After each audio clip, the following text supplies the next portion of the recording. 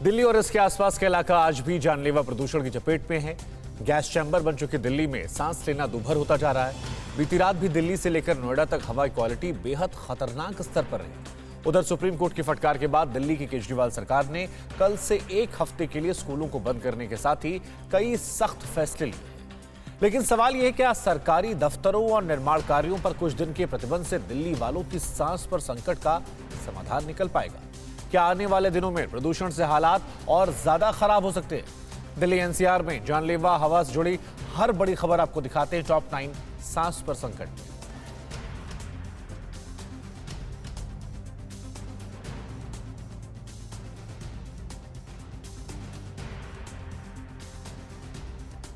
दिल्ली और उसके आसपास का इलाका आज भी जहरीली हवा की चपेट में है। दिल्ली में आईटीओ के पास बीती रात करीब 2 बजे एयर क्वालिटी इंडेक्स 386 दर्ज किया गया। खतरनाक स्तर पर पहुंच चुके प्रदूषण के बीच लोगों का जीना मुहाल है। दिल्ली के पास नोएडा में रात 2:30 बजे एयर क्वालिटी इंडेक्स 536 तक पहुंच गया था। इतनी जहरीली हवा में सांस लेना किसी को बीमार कर सकता है। नोएडा पिछले दिनों देश के सबसे प्रदूषित शहरों में नंबर 1 रहा।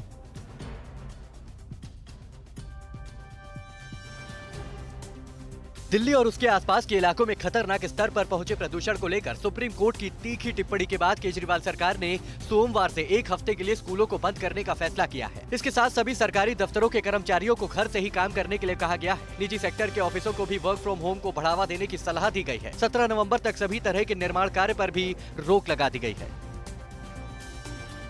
दिल्ली की हवा जहरीली होने के बाद केजरीवाल सरकार कुछ दिनों के लिए लॉकडाउन लगाने पर भी विचार कर रही है। कल हुई इमरजेंसी मीटिंग में जानलेवा प्रदूषण से दिल्ली वासियों को बचाने के लिए लॉकडाउन जैसे सख्त विकल्पों पर प्रस्ताव बनाकर सुप्रीम कोर्ट में पेश करने पर सहमति बनी है। प्राइवेट गाड़ियों को पूरी तरह से बंद करने पर भी विचार किया जा रहा है।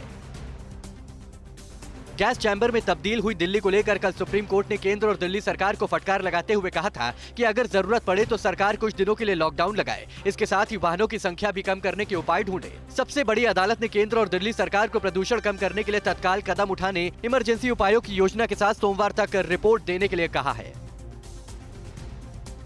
आज से अगले कुछ दिन हवा नहीं चलने की आशंका को देखते हुए प्रदूषण के हालात और ज्यादा खराब हो सकते हैं। सेंट्रल पोल्यूशन कंट्रोल बोर्ड ने इमरजेंसी हालात पर लोगों को सावधान किया है। सीपीसीबी ने कहा है कि 18 नवंबर तक हालात में सुधार होने की उम्मीद नहीं है और बहुत जरूरी होने पर ही लोग घरों से बाहर निकले। वाहनों की संख्या 30% तक कम करने और वर्क फ्रॉम होम जैसे विकल्पों पर विचार करने की भी सलाह दी गई है। दिल्ली के साथ एनसीआर के इलाके गुरुग्राम में भी प्रदूषण खतरनाक स्तर पर पहुंच गया है। यहाँ की आबो हवा में लोगों को सांस लेने में काफी ज्यादा परेशानी हो रही है। आसमान में हर तरफ स्मॉग की परत जमी हुई है। लोगों की आंखों में जलन, गले में खराश की शिकायत बढ़ गई है। सबसे ज्यादा परेशानी बीमार, बुजुर्गों और बच्चों को हो रही है।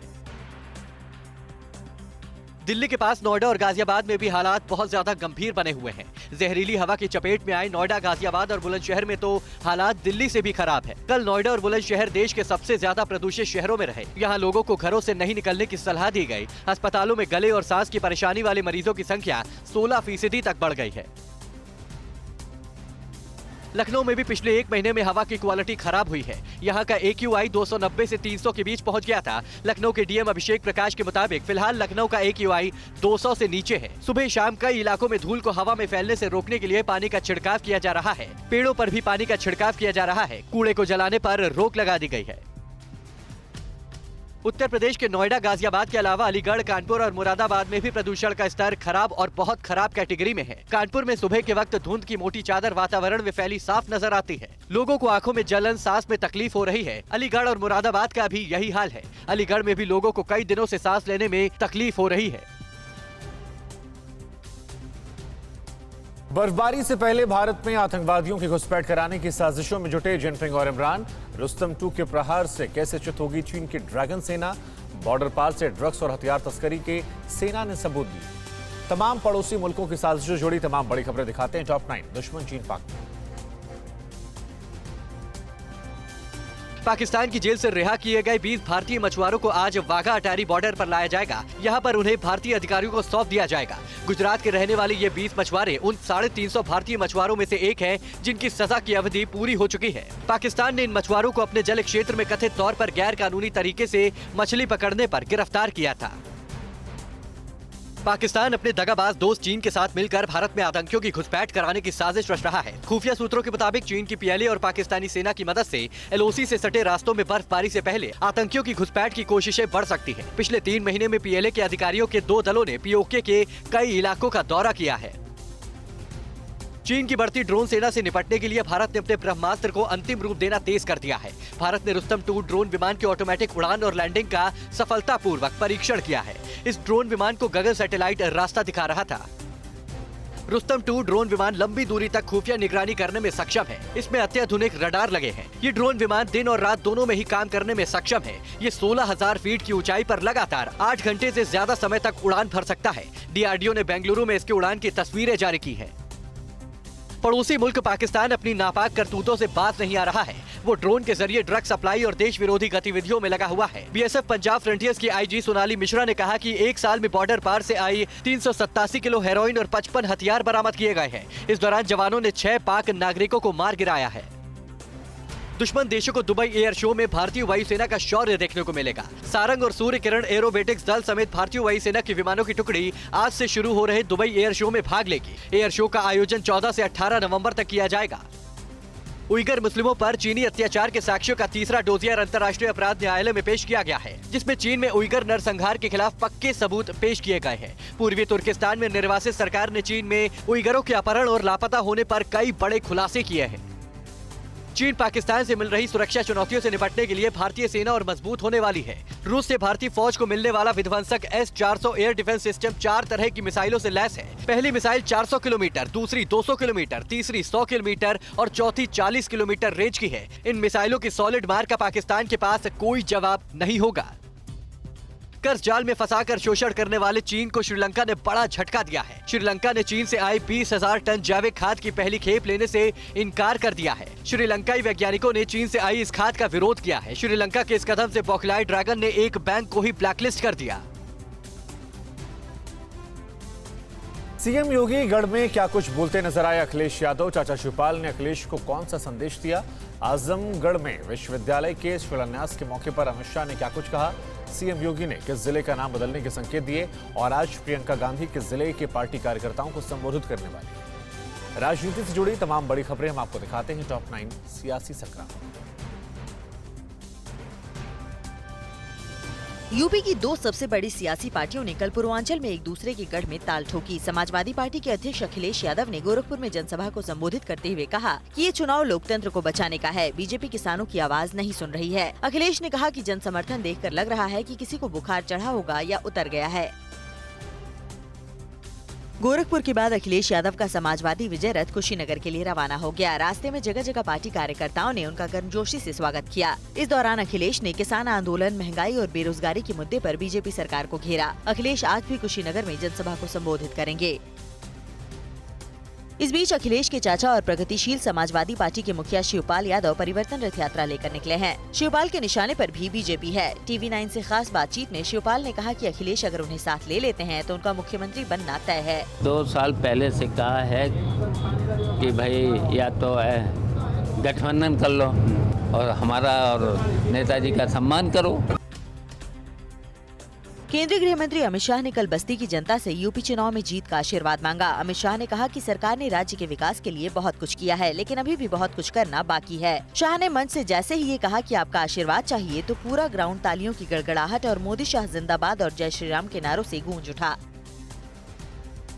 इससे पहले आजमगढ़ में अमित शाह ने विपक्ष पर जमकर निशाना साधा। कहा अब अखिलेश को जिन्ना महान दिखने लगे हैं। गृह मंत्री अमित शाह ने आजमगढ़ में महाराजा सुहेल देव के नाम से राज्य विश्वविद्यालय का शिलान्यास किया। कहा लंबे समय तक बदनाम रहा आजमगढ़ अब मां सरस्वती का धाम बनेगा। यूपी विधानसभा चुनाव से पहले सीएम योगी आदित्यनाथ ने आजमगढ़ का नाम बदलने के भी संकेत दिए हैं। योगी ने आजमगढ़ को आर्यमगढ़ के नाम से पुकारा। विश्वविद्यालय आजमगढ़ को सचमुच आर्यमगढ़ बना ही देगा, इसमें संदेह होना ही नहीं चाहिए। प्रियंका की अगुवाई में कांग्रेस यूपी में अपनी सियासी जमीन मजबूत करने में जुटी है। नेहरू जयंती पर आज प्रियंका बुलंदशहर में चुनावी शंखनाद करेंगी। वो जिला, शहर, ब्लॉक, वार्ड अध्यक्षों, नगर पंचायत अध्यक्षों के साथ संवाद करेंगी। इसी तरह कल मुरादाबाद में सम्मेलन का आयोजन किया गया है। कांग्रेस ने इसे पदाधिकारी प्रतिज्ञा सम्मेलन लक्ष्य 2022 का नाम दिया है, जिन्हें प्रियंका संबोधित करेंगी। मध्य प्रदेश में भोपाल के हबीबगंज रेलवे स्टेशन का नया नाम बदलकर रानी कमलापति रेलवे स्टेशन रख दिया गया है। शिवराज सरकार ने इसके लिए केंद्र को पत्र लिखा था। पीएम मोदी कल इस वर्ल्ड क्लास रेलवे स्टेशन का उद्घाटन करने वाले हैं। यह स्टेशन देश का पहला ISO 9001 सर्टिफाइड रेलवे स्टेशन है, जिसे पब्लिक प्राइवेट पार्टनरशिप के तहत बनाया गया है।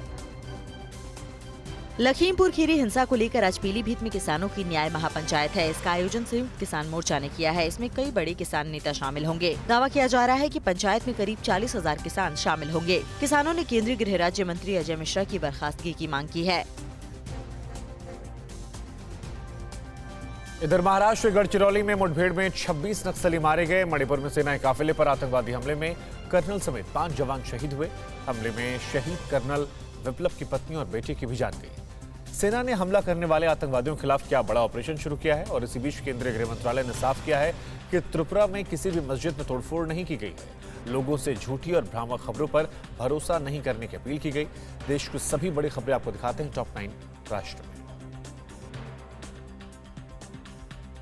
महाराष्ट्र के गढ़चिरौली में कल नक्सलियों और पुलिस के बीच 10 घंटे तक चली लंबी मुठभेड़ में 26 नक्सली मारे गए, जबकि 4 पुलिस के जवान घायल हुए हैं। घायल पुलिस जवानों को नागपुर के अस्पताल में शिफ्ट किया गया है। मारे गए नक्सलियों के पास से भारी तादाद में गोला बारूद और हथियार मिले हैं। गढ़चिरौली में हुए मुठभेड़ में 50 लाख का इनामी नक्सल मिलिंद तेल तुम्बड़े भी मारा गया है। मणिपुर में सेना की काफिले पर आतंकियों के घात लगाकर किए गए हमले में 46 असम राइफल्स के कमांडिंग ऑफिसर कर्नल विप्लव त्रिपाठी समेत 5 जवान शहीद हो गए। इस हमले में कर्नल विप्लव त्रिपाठी के साथ उनकी पत्नी अनुजा शुक्ला और 5 साल के बेटे अबीर की भी मौत हो गई। हमले की जिम्मेदारी मणिपुर के आतंकी संगठन पीपुल्स लिबरेशन आर्मी और MNPF ने ली है। कर्नल विप्लव त्रिपाठी छत्तीसगढ़ के रायगढ़ के रहने वाले थे। उनकी शहादत की खबर मिलते ही परिवार पर दुखों का पहाड़ टूट पड़ा। शहीद कर्नल विप्लव के छोटे भाई भी सेना में हैं। छत्तीसगढ़ के CM भूपेश बघेल ने शहीद कर्नल को नमन किया और परिवार से मिलकर उनका दुख बांटने की कोशिश की। शहीद कर्नल विप्लव समेत उनकी पत्नी और बेटे का पार्थिव शरीर आज रायगढ़ पहुँचेगा। मणिपुर में सेना के काफिले पर आतंकियों के कायराना हमले की पीएम मोदी ने तीखी निंदा की है। पीएम मोदी ने ट्वीट कर लिखा है कि उनके बलिदान को कभी भुलाया नहीं जा सकेगा। राष्ट्रपति रामनाथ कोविंद ने भी इसे कायराना हमला बताते हुए कहा कि दुख की घड़ी में हम मजबूती से शहीदों के परिवार के साथ हैं। गृह मंत्री अमित शाह और रक्षा मंत्री राजनाथ सिंह ने भी भरोसा दिया कि वीर जवानों का बलिदान व्यर्थ नहीं जाएगा। मणिपुर में सेना के काफिले पर कायराना हमले को लेकर सेना प्रमुख जनरल MM नरवणे को पूरी जानकारी दी गई। सूत्रों के मुताबिक सेना ने जवाबी कार्रवाई और जल्द से जल्द हमला करने वाले आतंकियों को पकड़ने के लिए ऑपरेशन शुरू कर दिया है। सेना को अंदेशा है कि हमले में शामिल आतंकी म्यांमार की ओर भागने की फिराक में है। त्रिपुरा हिंसा को लेकर महाराष्ट्र के कई शहरों में हो रहे हिंसक प्रदर्शन के बीच प्रशासन ने अमरावती में कर्फ्यू लगा दिया है और अगले आदेश तक इंटरनेट सेवा भी सस्पेंड कर दी गई है। अमरावती में शुक्रवार और शनिवार को हुई हिंसा के मामले में 20 लोगों को गिरफ्तार किया गया है। अमरावती में कई जिलों से बुलाए गए जवानों को भी तैनात कर दिया गया है। डिजिटल करेंसी क्रिप्टो करेंसी को लेकर प्रधानमंत्री नरेंद्र मोदी की अध्यक्षता में शनिवार को एक हाई लेवल बैठक हुई। बैठक में तय हुआ कि क्रिप्टो करेंसी को टेरर फंडिंग और मनी लॉन्ड्रिंग का हिस्सा बनने नहीं दिया जाएगा। इसे रोकने के लिए जल्द ही बड़े फैसले लिए जाएंगे। इस बैठक में लोगों को इसे लेकर गुमराह होने से बचाने के उपायों पर भी चर्चा की गई। केंद्रीय गृह मंत्री अमित शाह आज आंध्र प्रदेश के तिरुपति में दक्षिणी क्षेत्रीय परिषद की 29वीं बैठक की अध्यक्षता करेंगे। अमित शाह ने कल तिरुमाला में भगवान वेंकटेश्वर के मंदिर में पूजा अर्चना की। इस बैठक में कर्नाटक, तमिलनाडु, केरल, आंध्र प्रदेश और तेलंगाना के मुख्यमंत्री शामिल होंगे। बैठक में सीमा विवाद, सुरक्षा और बुनियादी ढांचे से संबंधित मामलों के साथ विकास से जुड़े मुद्दों पर चर्चा होगी। T20 वर्ल्ड कप का फाइनल आज न्यूजीलैंड और ऑस्ट्रेलिया के बीच खेला जाएगा। फाइनल मुकाबला दुबई में शाम 7:30 बजे से शुरू होगा। न्यूजीलैंड की टीम पहली बार फाइनल में पहुंची है, जबकि ऑस्ट्रेलिया की टीम दूसरी बार फाइनल में है। दोनों ही टीमों ने अब तक एक बार भी T20 वर्ल्ड कप का खिताब नहीं जीता है। दोनों टीमों में कांटे की टक्कर होने की उम्मीद है। सुप्रीम कोर्ट ने यूपी के अधिकारियों को क्यों कहा अहंकारी, कहां चलती बस में लगी आग, महाराष्ट्र में कोरोना के नए केस फिर कैसे डराने लगे और दिल्ली में आज से अंतर्राष्ट्रीय व्यापार मेले की कैसे शुरुआत हो रही है। राज्यों की तमाम बड़ी खबरें दिखाते हैं टॉप 9 राज्य विशेष में। उत्तर प्रदेश के मथुरा के पास चलती बस में आग लग गई। आग लगते ही बस में सवार 29 यात्रियों में अफरा तफरी मच गई। यात्रियों ने बस से कूदकर अपनी जान बचाई। यात्रियों के वक्त पर बस से बाहर निकल आने से बड़ा हादसा टल गया। मौके पर पहुंची फायर ब्रिगेड की टीम ने बस में लगी आग पर काबू पाया। शॉर्ट सर्किट से बस में आग लगने की आशंका जताई जा रही है। बस गोवर्धन से मथुरा की ओर जा रही थी। एक मामले की सुनवाई के दौरान देश के सबसे बड़ी अदालत सुप्रीम कोर्ट ने उत्तर प्रदेश के अधिकारियों को अहंकारी बताया है। सुप्रीम कोर्ट ने कलेक्शन करने वाले अमीनों के सेवा नियमित और वेतन बढ़ोतरी से जुड़े मामलों में यूपी के वित्त सचिव और अतिरिक्त मुख्य सचिव राजस्व की जमानत अर्जी को कल खारिज कर दिया। सुप्रीम कोर्ट ने कहा कि इलाहाबाद हाईकोर्ट के जमानती वारंट के आदेश का सम्मान न करना बहुत अहंकारी रवैया है। 100 साल पहले चोरी हुई मां अन्नपूर्णा की प्रतिमा आज शाम 5:30 बजे वाराणसी की सीमा में पहुंचेगी। 15 नवंबर को वाराणसी में मूर्ति की स्थापना की जाएगी। दिल्ली से कई शहरों से होते हुए मां अन्नपूर्णा की प्रतिमा जब कानपुर पहुंची तो भक्तों ने उनके दर्शन किए। पीएम मोदी की पहल पर कनाडा की सरकार ने मां अन्नपूर्णा की प्रतिमा को लौटाया है। दिल्ली में जानलेवा प्रदूषण के बीच आज से अंतर्राष्ट्रीय व्यापार मेला भी शुरू हो रहा है। दिल्ली के प्रगति मैदान में शुरू होने वाला व्यापार मेला 27 नवंबर तक चलेगा। आज से 18 नवंबर तक सिर्फ बिजनेस डेलीगेशन को ही प्रवेश की इजाजत होगी। मेले में आम लोगों की एंट्री 19 नवंबर से होगी। मेले का टिकट दिल्ली के चुनिंदा 65 मेट्रो स्टेशन पर ही मिलेंगे। बिहार के पूर्णिया में राजनीतिक रंजिश में पूर्व जिला परिषद अध्यक्ष विश्वजीत कुमार सिंह उर्फ रीटू सिंह की हत्या को लेकर नीतीश सरकार में मंत्री लेसी सिंह सवालों के घेरे में हैं। रीटू सिंह की पत्नी और जिला परिषद सदस्य अनुलिका सिंह ने लेसी सिंह पर हत्या की साजिश रचने का आरोप लगाया है। हत्या को लेकर मृतक रीटू सिंह के समर्थकों और परिजनों ने जमकर हंगामा और आगजनी की। झारखंड के पलामू में पुलिस को बड़ी सफलता मिली है। पुलिस ने शहर के बस स्टैंड से रंगदारी वसूलने वाले डब्लू सिंह के गिरोह के 6 सदस्यों को गिरफ्तार किया है। पुलिस ने गिरफ्तारी के बाद रंगदारी वसूलने वाले गैंग के सभी सदस्यों को शहर में घुमाया। इनके पास से 23,000 कैश और मोबाइल फोन भी बरामद किए गए हैं। अभी गैंग का सरगना डब्लू सिंह पुलिस की गिरफ्त से बाहर है। राजस्थान के झालवाड़ से मारपीट का एक वीडियो सोशल मीडिया में खूब तेजी से वायरल हो रहा है। वीडियो में बीच सड़क पर 2 लोगों के साथ एक महिला एक शख्स की लाठी से बेरहमी से पिटाई करती दिख रही है। अधमरे हालात में शख्स को अस्पताल में भर्ती कराया गया है। कहा जा रहा है कि जमीन से जुड़े विवाद में ये मारपीट हुई थी। 4 लोगों पर पुलिस ने केस दर्ज किया है।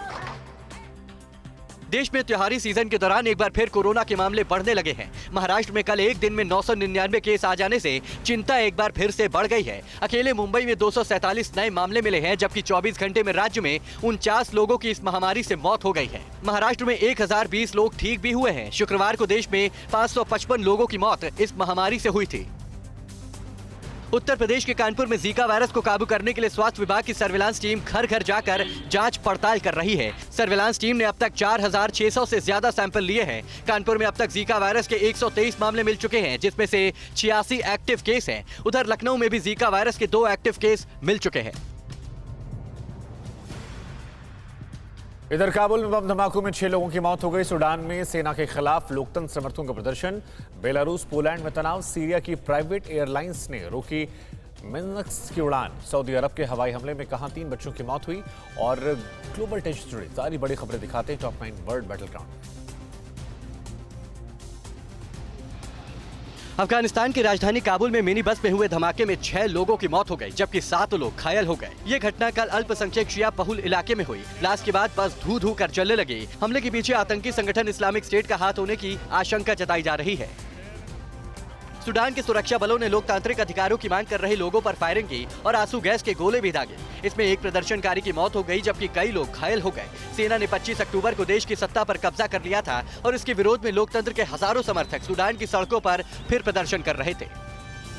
पोलैंड और बेलारूस में जारी तनाव के बीच सीरिया की private carrier Cham Wings Airlines ने कल मिन्स्क के लिए उड़ानें रोक दी। दरअसल बेलारूस और पोलैंड की सीमा पर हजारों शरणार्थी और हथियारबंद सैनिक इस समय आमने सामने हैं। बेलारूस से ये प्रवासी पोलैंड के जरिए यूरोपीय संघ में घुसना चाहते हैं। इसे पोलैंड के सैनिक रोक रहे हैं।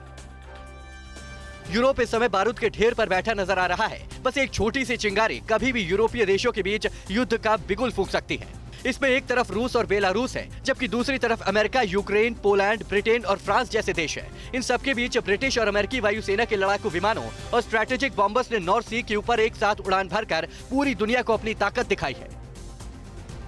युद्धाभ्यास के दौरान रूसी वायुसेना के 2 TU-160 व्हाइट स्वान परमाणु बॉम्बर्स ने उत्तरी सागर के ऊपर ब्रिटिश वायुसेना में घुसने की कोशिश की, जिसे ब्रिटेन के लड़ाकू विमानों ने खदेड़ दिया। ब्रिटेन के रक्षा मंत्रालय ने बताया कि उनके लड़ाकू विमानों ने सुरक्षित रूप से उसी बम वर्षकों को अपनी सीमा से दूर खदेड़ दिया है। सऊदी अरब के हवाई हमले में पश्चिमी यमन में 3 बच्चों की मौत हो गई। सऊदी अरब की सेना यमन में हूती विद्रोहियों के खिलाफ लगातार हवाई हमले कर रही है। स्थानीय मीडिया के मुताबिक सऊदी युद्धक विमानों ने ताजा हवाई हमलों में नागरिकों और रिहायशी इलाकों को निशाना बनाया। यमन के अमेरिकी दूतावास पर हूती विद्रोहियों ने हमला कर वहां के लोगों को बंधक बना लिया। सरकारी ऐलान के मुताबिक दूतावास के अंदर अनेक कर्मचारी मौजूद थे। विद्रोहियों ने बहुत लोगों को छोड़ देने के बाद भी कुछ लोगों को दूतावास के अंदर ही बंधक बनाकर रखा है। यमन में जारी गृह युद्ध के दौरान हूती विद्रोहियों को ईरान का समर्थन प्राप्त है। अमेरिका और अन्य नाटो युद्धपोतों के काला सागर में युद्धाभ्यास को रूस ने एक गंभीर चुनौती कहा है। राष्ट्रपति व्लादिमीर पुतिन ने रूसी समाचार चैनल को दिए इंटरव्यू में कहा कि नाटो में अमेरिका और उसके सहयोगी देश काला सागर में बिना पूर्व सूचना के अभ्यास कर रहे हैं। पुतिन ने कहा कि इसमें रणनीतिक बॉम्बर्स और लड़ाकू विमान भी शामिल हैं, जो हमारे लिए एक गंभीर चुनौती है। इसराइल और ईरान के बीच बढ़ते तनाव को देखते हुए दोनों देश लगातार युद्ध की तैयारियों में जुटे हैं। इसराइल एरोस्पेस इंडस्ट्रीज ने नए डिफेंस इलेक्ट्रॉनिक वॉरफेयर सिस्टम को लॉन्च किया है। ये इतना ताकतवर है कि दुश्मन के ड्रोन, लड़ाकू विमानों, रडार, मिसाइलों और कम्युनिकेशन को पल भर में ठप कर सकता है। अड़ी सोमवार से शुक्रवार शाम 6 बजे सिर्फ TV9 भारतवर्ष पर।